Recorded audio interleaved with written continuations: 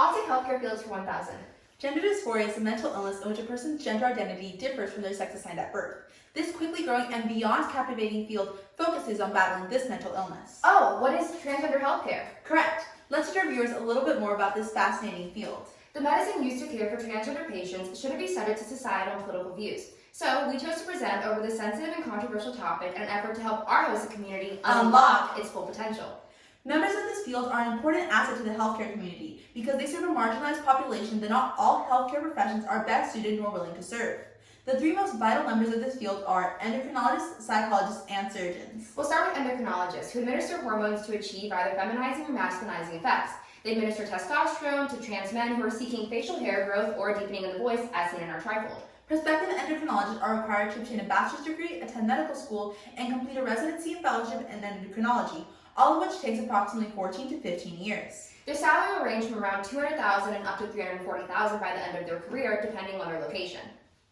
We were able to interview an endocrinologist, Dr. Wiener, who shared with us the complexities of administering hormones. Endocrinologists are responsible for choosing a method of hormone administration that best suits their patient's individual needs. Dr. Wiener shared that shots are the most popular because they quickly achieve changes, and topical patches and creams are expensive alternatives, but depending on the patient's location and climate, can be ineffective because they can often side off in the heat. She also shared that pills are currently an unpopular option because of their negative side effects and high costs, but they're still being researched and developed. She also shared with us how since many general physicians will prescribe testosterone to cis men, it is much easier for trans men to begin transitioning. In contrast, although many cis women will take estrogen as they reach menopause, these doses are ineffective at creating the desired results sought after by trans women when transitioning, creating a distinct niche for endocrinologists specializing in trans care. Psychologists also help in this battle against gender dysphoria. Surgeons will often ask psychologists to confirm that a patient is mentally stable enough to undergo extreme physical changes before proceeding with any surgeries. A psychologist educational path will include a bachelor's, master's, and doctorate degree in psychology, followed by an internship and a state psychology license. Their salary can range from around $87,000 at the beginning of their career and up to $210,000 by the end, depending on their location. We spoke with three psychologists, Sadie Stanley, Ms. Christine Carpenter, and Dr. Latoya Gilmore, who discussed how patients suffering from gender dysphoria are at a higher risk of developing other mental illnesses such as depression and anxiety.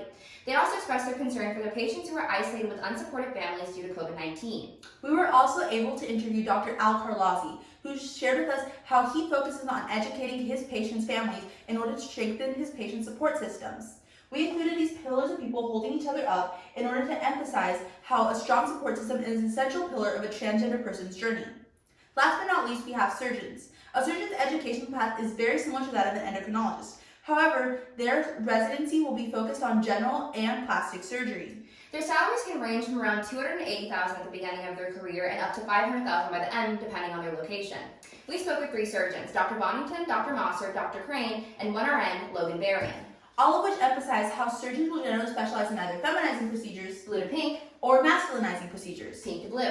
Feminizing procedures include feminization of the chest, as seen in our trifold, where implants are inserted in order to create breasts, and vaginoplasties, the creation of the vagina. Dr. Adam Bonington also emphasized how his profession is full of opportunities for innovation, specifically expounding on a method in which the peritoneal lining or colon is used in order to create the vagina.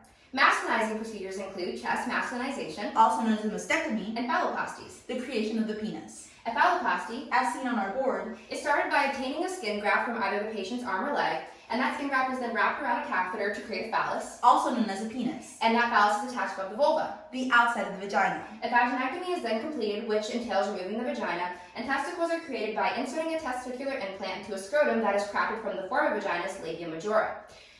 Despite each profession's major occupational differences, each stated that their job's greatest challenge was facing the negative effects of political and health insurance-related policies, as well as a lack of societal acceptance. However, they all agreed. The personal satisfaction they experienced outweighed these challenges. As Dr. Wiener put it, it's fantastic. You just get to see people blossom into who they are supposed to be. So, we encourage you to reach out and learn more about this growing field of medicine. The societal acceptance of the transgender community is controversial, but transgender medicine should not be. Thank you so much for your time. And we hope you join us in the battle against gender dysphoria.